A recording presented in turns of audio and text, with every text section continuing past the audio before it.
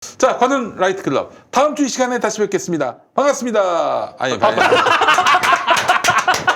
다시. 네. 자, 관훈 라이트 클럽. 다음 주 이 시간에 뵙겠습니다. 안녕. 반갑습니다. 반갑습니다. 다시.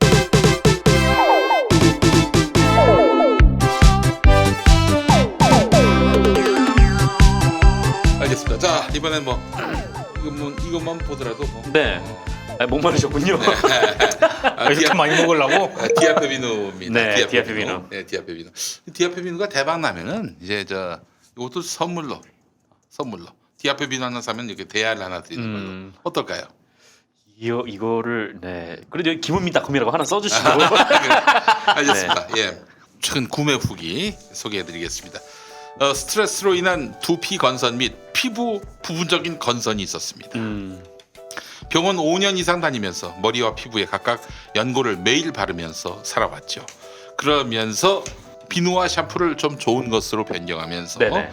건선이 많이 나아지는 것을 확인하고 여러 제품을 해외 직구까지 하면서 찾고 있었습니다. 그러다가 발견한 디아페비누는 샴푸 따로 비누 따로 할 것 없이 하나로, 그것도 성능도 지금까지 제일 좋습니다. 써봤던 것 중에 해외 직구한 것까지 다 포함해서 디아페비누를 사용하면서 바르는 약도 줄고 있습니다.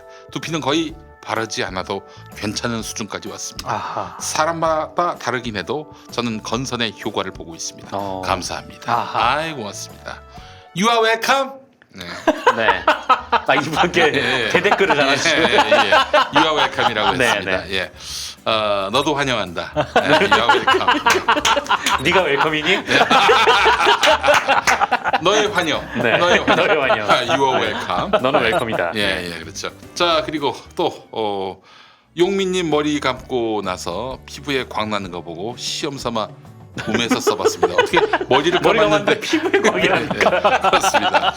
한번 써보고 저도 바로 추가 구매를 했습니다.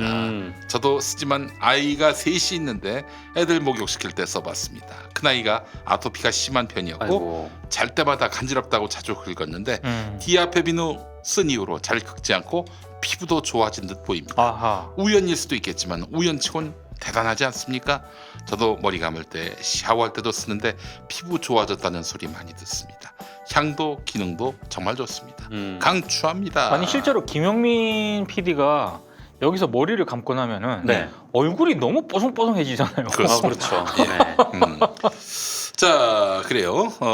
디아페비누의 특징, 정제된 유황을 원료로 사용합니다. 유황의 살균 효과가 습진이나 가려움증, 땀띠, 모낭충, 여드름 등에 효과적입니다. 이게 살균 효과가 정말 대단합니다. 아하. 자유한국당 정치인들이 이걸로 샤워했다가 죽을 뻔했어요. 살균 효과가 살균 효과 때문에. 강해서. 살균 효과. 네. 큰일 납니다. 자유한국당 정치인들은 쓰시면 안 됩니다. 살균 효과 때문에. 네. 갈 수가 있어요, 한 방에. 예. 네. 왜요? 자유한국당과 정세균 전 의장님께서는 정세균 의장님도 좀 다른 의미로. 네. 예. 서울대의 김세균 이승기 교수님. 네. 조심하셔야 해요. 예. 네, 그 그렇습니다. 목사님 중에 의식 있는 목사님 중에 김병균 목사님. 김병균 네. 아유, 목사님. 모든 사람을 치료할 것 같은 예. 이름이십니다. 아유, 네. 큰일 납니다. 조심하시기 바라겠습니다. 자, 거기다 제주도산 마유, 예, 마유 오일을 사용해서 보습 효과가 정말 탁월합니다. 피부 건강에 이로운 성분들이 포함된 어성초를 원료로 사용하는데요. 예, 단순 천연 재료가 아닌 발효 숙성시킨 6주 동안에 발효 숙성시킨 피부에 도움이 되는 한방 재료 사용합니다. 네. 예, 알겠습니다. 예, 자, 그래요. 바로 그러면 머리를 감도록 하겠습니다. 아이고.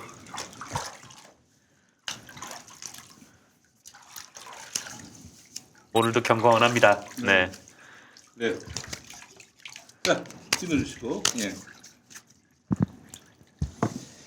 옷을 사면 되지라고 얘기하시는 분들이 있는데 저희 같은 사람들은 옷을 사기가 힘듭니다. 옷을 이 똑똑한 사람은 옷 사기 얼마나 힘든 줄 아니? 니들이 한번 사봐. 네, 큰맘 먹어야 돼요. 네. 이태원에 가야 돼요. 나 참. 이태원이. 이태원은 가기가 너무 싫어서 그렇지. 전 전에 의정부를 갔습니다. 의정부 갔었어요. 네. 목살. 목사님입니다.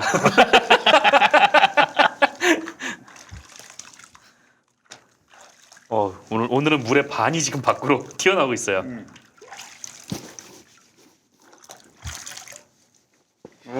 시원합니다. 정말 시원해. 아니 이게 지금 뒤쪽엔 전혀 네. 뭐 옆에도 뭐 전혀.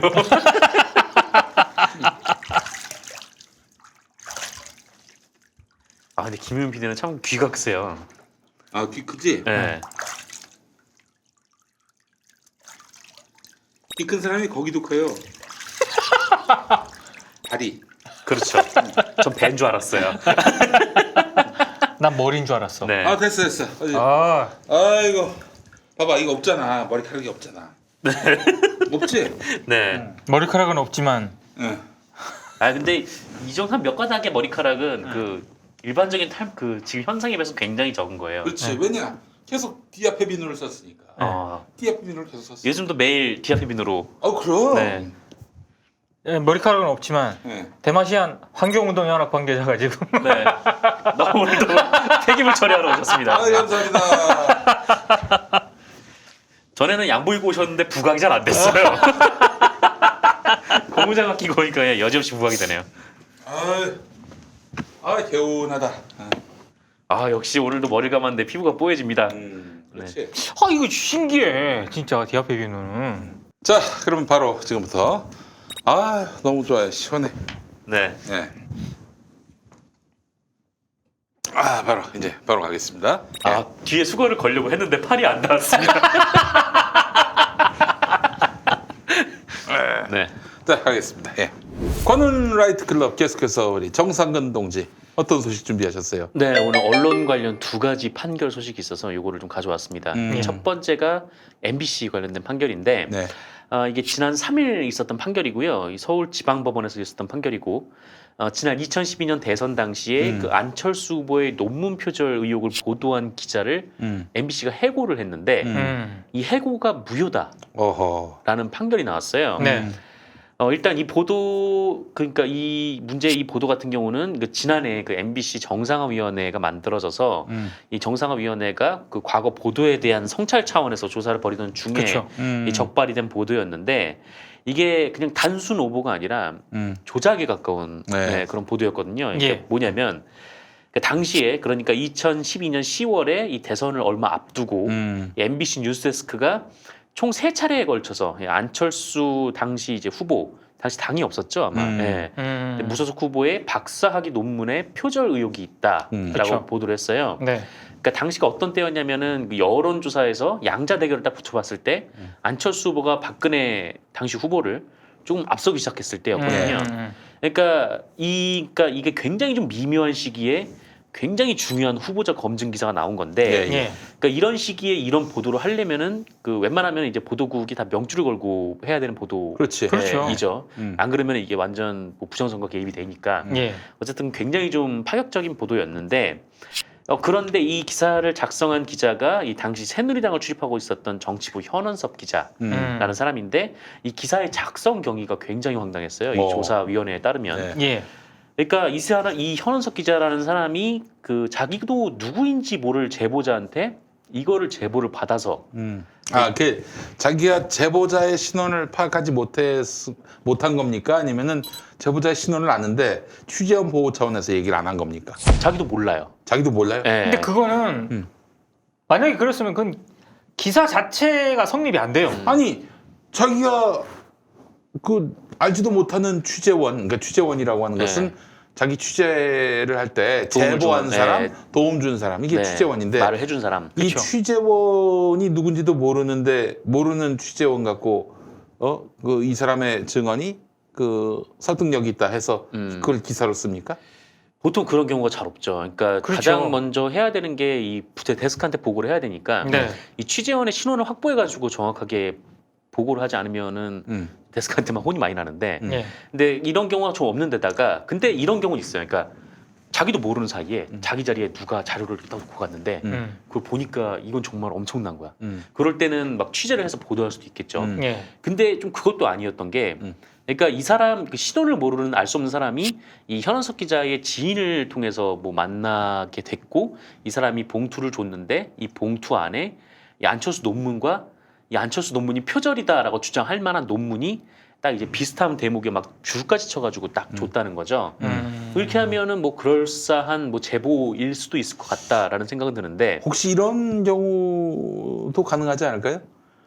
자기가 취재원을 신뢰할 만한 취재원인지 네. 아닌지 이걸 구분할 필요가 없는. 그러니까 위에서 뭐 부장이나 국장이 야 이거 확실해 취재원 확실해 취재 기사화해 이렇게 하는 경우 이런 경우도 있을 수 있잖아. 그런 그거는- 경우도 있을 수 있죠. 그건 오더죠, 오더. 근데 이 케이스 같은 경우는 약간 좀 그거랑은 좀 거리가 있는 것 아 같아요. 오더가 아니래요? 예.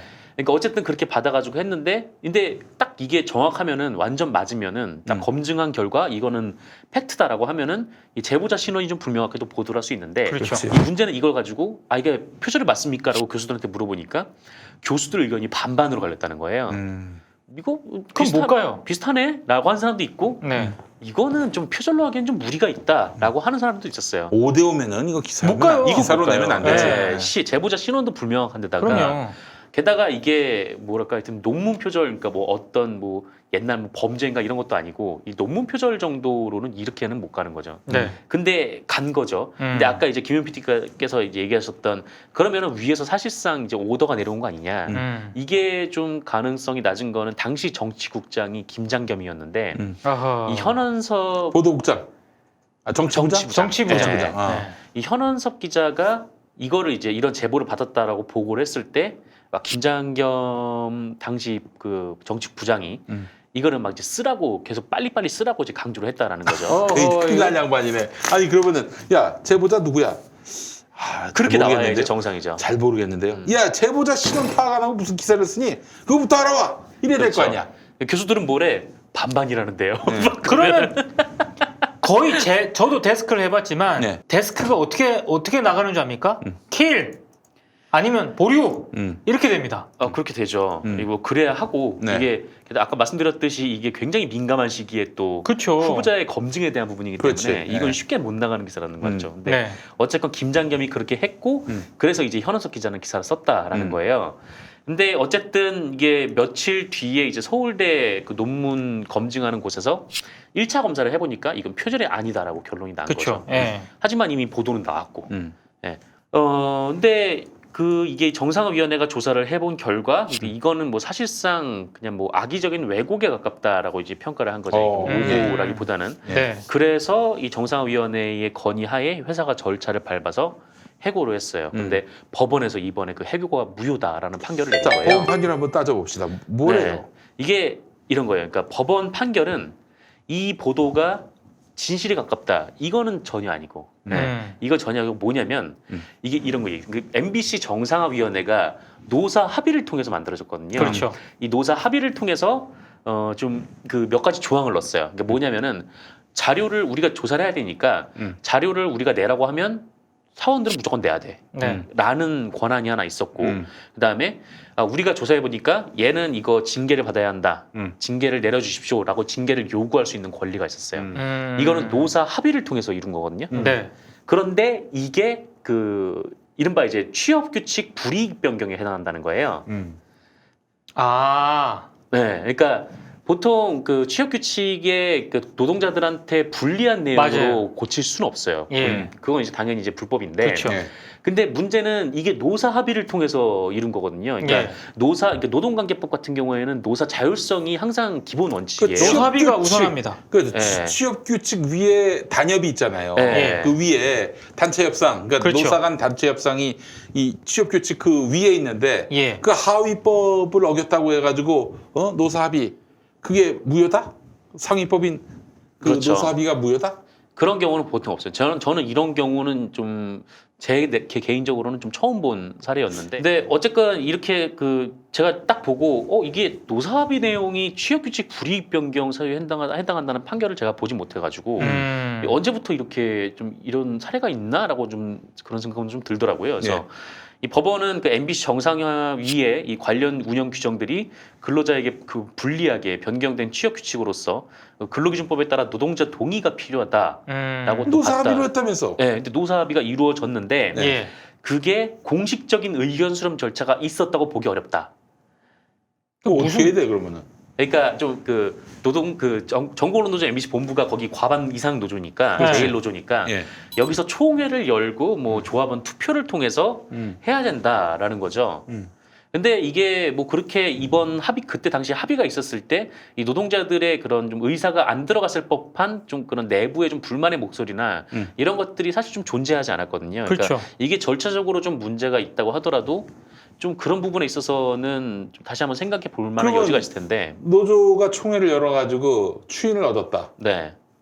요거 그 사실상의 수사권, 사내 수사권을 추인했다. 그러면은 네. 이심가선이 이길 수 있는 거예요? 그게 좀 애매한 2심은 잘 모르겠고 근데 그게 그렇게 얘기를 해도 좀 애매한 게 1심에서 또 뭐라고 판결을 했냐면 소수 노조의 절차적 참여 권리가 부여돼야 한다라는 거예요. 아니 그래도 절반 이상이고 그러니까 과반 이상의 노조가 있는데 제1노조. 그래서 이제 교섭대표 노조인데 거기가 네. 그럼 당연히 이제 사측하고 교섭대표 노조가 하겠죠. 그게 우리나라 이제 복수노조법에 따르면 그렇죠. 그렇게 되는 거니까. 네. 네. 예. 그런데 이건 좀 취업규칙 불이익 변경 사유에 해당하니까 소수 노조랑 같이 또 얘기를 해야 된다는 거예요. 이 씨발 말도 안 되는 소리 하고 있어. 아니 언제 그런 적이 있었나? 이건 이심가면 엎어집니다. 이건 네. 이심가면 제가 봤을 때 엎어져요. 조금 논란의 여지가 있네요. 이거는. 이건 이심가서 엎어져요. 네. 그러니까 이게 무슨 말이냐면 네. 그 이른바 MBC의 소수 노조가 있잖아요. 그러니까 네. 예전에 김세희가 하던 MBC, MBC 노동조합. 노동조합. 최대현이 하던 네. 그 노조가 있는데 그리고 MBC 공정방송 노조도 있습니다. 네, 과거 이른바 MBC의 이른바 적폐라고 하는 사람들이 대거 그 노조에 가입을 했단 말이죠. 네. 왜냐면은 자기한테 칼끝이 오면은 자기도 이제 보호할 게 필요하니까. 그러니까 사실상 그 노조의 입장도 반영이 돼야 된다라는 그런 판결을 내린 것 같아요. 그래서 이거 좀 어처구니가 의아하다. 없네. 그러니까 예. 노조의 세가 좀 비슷하다면, 그러니까 KBS처럼 KBS 1노조하고 거기는 지금 비슷비슷하죠. 이제 새 노조하고 지금 현재 이 노조하고 좀 수라차 차이가 그렇게 크게 안 나니까. 그렇죠. 요거는 뭐 그럴 수 있다고 쳐도 이게 MBC 같은 경우에는 워낙 이 규모의 차이가 꽤 되는데 글쎄 이렇게 다 같이 모여놓고 투표를 한다고 해서 결과가 변했을까? 그런 생각은 좀 드는 거죠. 쪽수가 일단 비교가 안 되잖아요. 그리고 사실 좀 저는 그럴 필요가 없다고 보는 게 이게 뭐 그냥 법에 따라서 이 교섭단체 대표하고 교섭 대표하고 사측하고 협상을 한 거기 때문에 그렇죠. 이렇게 크게 문제가 안 될 것 같고 사실 이런 경우는 굉장히 많거든요. 그러니까 회사가 어용을 만들어 가지고 이 민주노조를 깨버리고 그냥 그 어용하고 협상을 해서 취업규칙을 완전 불이익으로 변경시키는 거. 네. 근데 과거에 이런 판결들이 다 건건이 통과가 됐었단 말이죠. 법원에서. 참 이상한 판사들이네 진짜. 그러니까 판결이 사법부 좀 판결이 이상하죠. 항상 옳다고 볼 수는 없으니까요. 예. 요거는 이거 이심가면 엎어집니다. 네. 말도 안 되는 거예요. 아니 이런 판결을 좀 법원 내부에서 좀 거를 수 없습니까? 이런 판결 사회적 논란이 근데 될 저는 만한 뭐 판결을. 그러니까 흔히 말하는 노동자의 고용과 관련해서는 이런저런 논란의 여지 뭐 여러 가지 판결이 나올 수 있다고 보는데 이 건 같은 경우에는 당시 그 서울대 그 논문 그 결과도 그렇고 너무나도 좀 악의적이에요. 악의적이고 상식적이지 않다라는 그런 보도였기 때문에 이 건과 관련해서 이제 법원 판결이 이렇게 내려졌다라고 하는 거는 좀 문제가 있죠. 저 그리고요. 이재명 경기도지사 6.13 지방선거 네. 직전에 KBS 김부선 인터뷰. 네. 이 건도 그거 못지않다고 봐요. 아하. 안철수 논문 표절 건보다. 안철수 논문 표절 건은 그래도 몇 달 전 상황이고 김부선은 한 3일 전인가? 3일 전이었을 거예요. KBS. 네, KBS. 네네네. 근데 김부선의 이재명 의혹 어떻게 됐습니까? 지금 웃음거리가 됐어요. 하나도 신뢰할 수 없게 됐어. 사실 그때 저리톡이 깠죠. KBS를. 예. 아니 저리톡이 까고 끝날 일이 아니라 네. 그걸 보도하게 된 경위 같은 것들은 시청자한테 밝혀야 마땅한 거 아니겠습니까? 네. 어떻게 된 거예요 도대체 이게? 아니 김부선 씨 얘기를 그렇게 물론 이제 그 기사를 보면은 이재명 지사한테도 답변의 기회를 주긴 했습니다만은 아니 이게 진실 공방이 벌어지고 있는 일을 결국 김부선의 말에 무게를 싣고 그렇게 해서 보도한 거 아니에요. 네. 근데 결과는 김부선의 말은 뭐 하나도 기소조차 되지도 않았고 네. 그냥 없었던 얘기가 돼버렸어요 한마디로. 그렇죠. SBS도 마찬가지입니다. 이재명 지사와 관련해 가지고 조폭 연루설 하나도 입증된 게 없어요. 예. 뭐야 이게 도대체? 보도하고 아니면 그만이야? 네, 마치 없었던 일처럼 그냥 넘어가고 있는 좀 그런 상황이긴 MBC는 하죠. 해고를 했어요. 해고를. 네. 그는 해고는 뭐 그 기자에 대한 뭐 이런 골탕 먹이는 차원이 아니잖아요. MBC 보도의 공정성과 직결되는 문제이기 때문에 지난 세월 적폐를 청산하고 MBC가 새롭게 태어나겠다. 이런 차원에서 결정했던 거 아닙니까? 그러니까 사실은 그 기자들마다 판단이 다르고 생각이 다르겠지만 검증할 수 없는 어떤 주장이 이를테면 뭐 내일이나 내일 3일 뒤가 뭐 대선이다. 투표일이다. 근데 한 후보를 엄청나게 흔히 말해서 그 타격을 입힐 수 있는 발언을 한 사람이 했어요. 어마어마한 발언이야. 자, 근데 어느 정도 뭐 자기 뭐 정황도 있고 이랬을 때 폭로를 했는데 단 하나 검증할 수 있는 기간이 없어. 만약에 2일이나 3일밖에 안 남았을 때. 재밌는 거는 안철수 보도는 방송 직전에 했다면서요. 예. 방송 직전에 1시간 전에. 네, 맞아요. 그랬을 때 기자나 데스크라면은요 생각이 다를 건데 저는 그거는 보도하면 안 된다고 보는 거예요. 심지어 그때 안철수 보도할 때 김장겸이 뭐라고 했냐면 반론은 다음 리포트에 반영하면 되지 뭐라고. 그러니까 그거는 우리 저널리즘을 후퇴시키는 저는 거라고 봐요. 그 김용 PD가 얘기한 그 KBS의 김부선 인터뷰, 저는 그 나름의 판단 뭐를 했겠죠. 근데 자기네들이 충분히 검증할 수 없었다면 그거는 내보냈으면 안 됐죠. 네. 그게 바로 유튜브와 지상파의 차이입니다. 예. 그건 유튜브가 할게. 유튜브도 그러면 농담이에요, 농담. 네. 예. 그러면 안 되죠. 예. 저희는 언제나 다 검증된 제품만 올라갑니다. 아유, 그럼 그럼요. 우리 MD가 있지 않습니까? 그렇습니다. 네. 예. 자, 받아 먹자 양념 네. 네. 연어장. 예, 이거는 간장. 간장. 연어장. 네. 연어장. 예, 그렇습니다. 사랑할 것 같아 얘네들. 예, 그렇습니다. 자, 그리고 검증된 디아페비노. 디아페비노. 너무 검증이 돼가지고 네. 그냥 먹어도 돼요.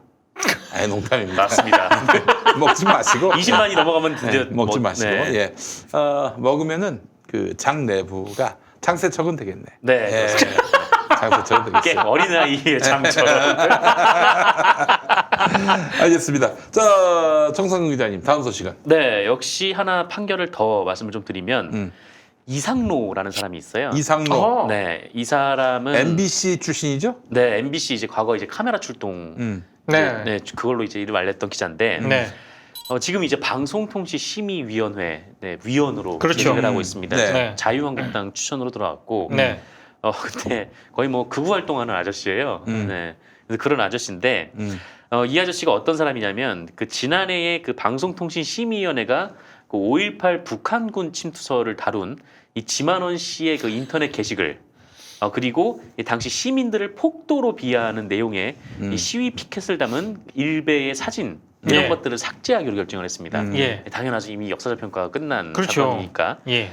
그때 이 방송통신심의위원회에서 홀로 표현의 자유를 부르짖었던 사람이 바로 네, 이상로 네, 이 사람이에요. 그리고 프리덤 뉴스인가 하는 뭐 거기 이제 유튜브 방송 가가지고 지만원의 주장이 매우 합리적이다 뭐 이렇게 치켜 세우면서 지만원의 글은 욕이 없기 때문에 품격이 있는 글이다라고.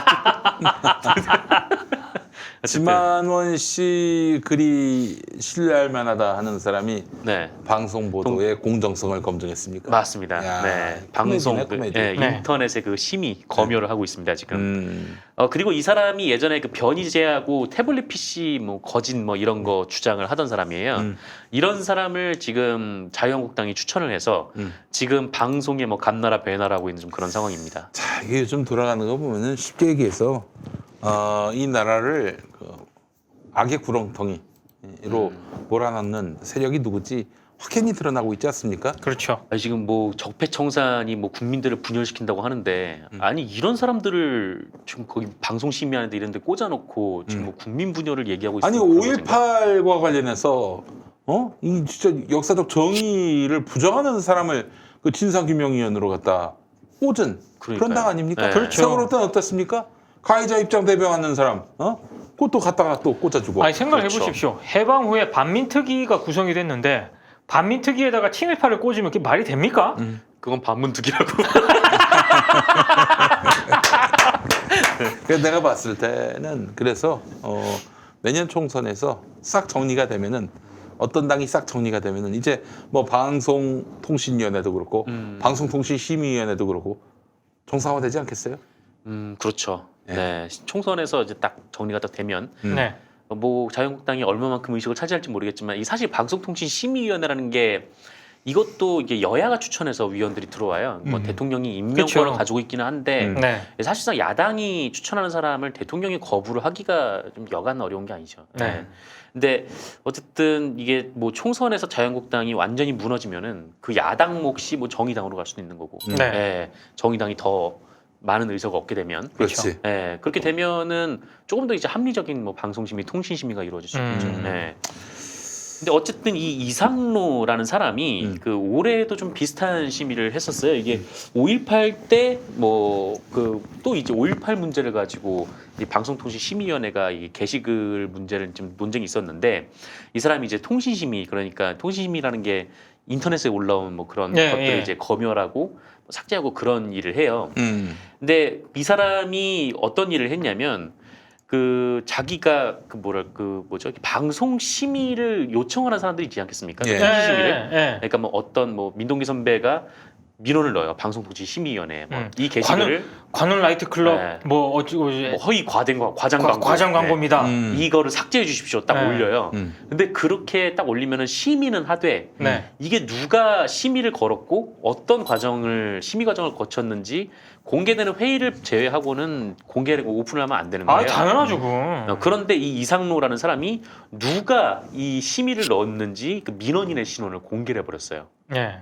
자격 없습니다. 네. 제가 볼 때 심의위원 자격이 없어요. 그분. 이거는 방송통신위원회 설치와 운영에 관한 법률을 위반한 거예요. 그럼요. 예, 이게 굉장히 좀 상당히 이 직무 수행이 굉장히 어려울 정도로 큰 이른바 이제 거기서는 중재를 저지른 건데 예. 이것 때문에 그 이상로가 방심위 통신소위에서 배제가 됐거든요. 네. 강상원 위원장하고 이제 나머지 이제 방송통신 심의위원들이 사과하라 이거 너 잘못했다라고 했는데 뭐 이 사람은 또 유튜브 채널 나와가지고 뭐 자기는 이거를 유출한 게 아니라 공개한 거다 뭐 이런 좀 이상한 아니 그 유출이 공개지. 심의위원 하지 마시고 네. 유튜버가 되세요. 뭐 시민단체들이 나한테 사퇴하라고 했으니까 나는 강상현 위원장을 사퇴하라고 하겠다 뭐 이런 앞뒤가 좀 안 맞는 얘기들을 개그에 욕심이 아니 근데 있으신데. 무슨 저기 방송사 기자까지 한 사람이 그렇게 완전히 마시간 얘기를 할 수 있지? 그러니까 이 사람이 이렇게 하는 거는 이렇게 해야 자유한국당에 잘 보일 수 있다라는 그런 확신이 있지 않고서야 이렇게 하겠습니까 이 사람이? 아 정말 또 너무 좀 슬퍼요 진짜. 이렇게 그 당에 속하면 단체로 미쳐가나. 논리가 없으면 이런 억지를 부려도 되는 겁니까? 어쨌든 그래서 이 행정법원에 자기가 통신소위에서 배제가 됐으니까 이거를 취소해달라 이렇게 가처분 야 신청을 했어요. 얼마나 법원을 족같이 봤으면은 자기 손 들어줄 걸 기대하고 그렇게 거기다 그 소원 수리를 낸 거예요? 결론은 엿됐습니다. 내뿐 낸거 아니야 그냥? 받아들여지지 않았어요. 아 네. 이거 말이 안 되지. 당연하지. 그렇죠. 그래서 요것도 같이 좀 전해드리려고 가져왔습니다. 예, 그래요. 하여튼 그 웃긴 사람이네. 참. 그래서 결국에는 뭐 이겼어요. 방송통신심의위원회가 이겼는데 이 사람 내쫓을 수는 없어요? 내쫓기가 쉽지가 않아요. 예, 어쨌든 자유한국당에서 추천을 한 거고. 네. 그러니까 물론 이제 지금 다 사퇴를 하라 이렇게 요구를 하고 있는데 본인은 사퇴할 생각이 없는 거고. 그러니까 심의위원 그 추천과 구성이 제가 볼 때 그게 문제예요. 예. 특히 이제 방송통신심의위원회 같은 경우에는 좀 뭐랄까 정치권에서 네. 다 이렇게 내려오니까 맞아요. 너무 옛날 방식의 심의를 좀 하고 있고 뭐 이건 문제뿐만 아니라 그래서 좀 개선이 많이 필요한 조직이긴 하죠. 예. 알겠습니다. 총선으로 바꿀 수 있어요. 네. 네. 네, 총선. 총선에 저는 그렇게 얘기하거든요. 100석을 못 넘기면은 자유한국당이 그러면은 완패하는 겁니다. 예. 100석을 못 넘긴다. 그러면은 단독으로 개헌 조치를 못해요. 그렇죠. 저는 그렇다고 무슨 뭐 걔네들 무시하고 개헌하겠습니까마는 120석이 넘어가는 순간 이건 내용적으로 자유한국당이 이긴 거라고 네. 봐야 돼요. 그렇기 때문에 100석 미만으로 묶어만 둘 수 있다면 여당이 이기는 거예요. 네. 민주 진보 세력이 이기는 겁니다. 딱 정확하게 그렇게 떨어지지 않습니까? 120석 넘는 순간 자유한국당 도움 없이는 아무것도 통과시킬 수가 없어요. 네. 그렇게 되는 겁니다. 또 이제 20대 국회 같은 그런 상황이 또 벌어지는 거죠. 그렇죠. 그러면 이제 난장판이 되는 건데 나는 우리 국민들이 똑똑해서 그런 거 가지고 이제 그런 것들 갖고 무슨 새로운 정치의 희망을 만들 수는 없다고 분명히 목도 분명히 그거에 대해서 확고한 그런 신념을 가지고 계시리라 생각을 합니다. 자, 그럼 관훈 라이트 클럽 오늘 이 시간 순서 모두 마치도록 하겠습니다. 수고하셨습니다. 네, 감사합니다. 감사합니다. 고생하셨습니다. 감사합니다.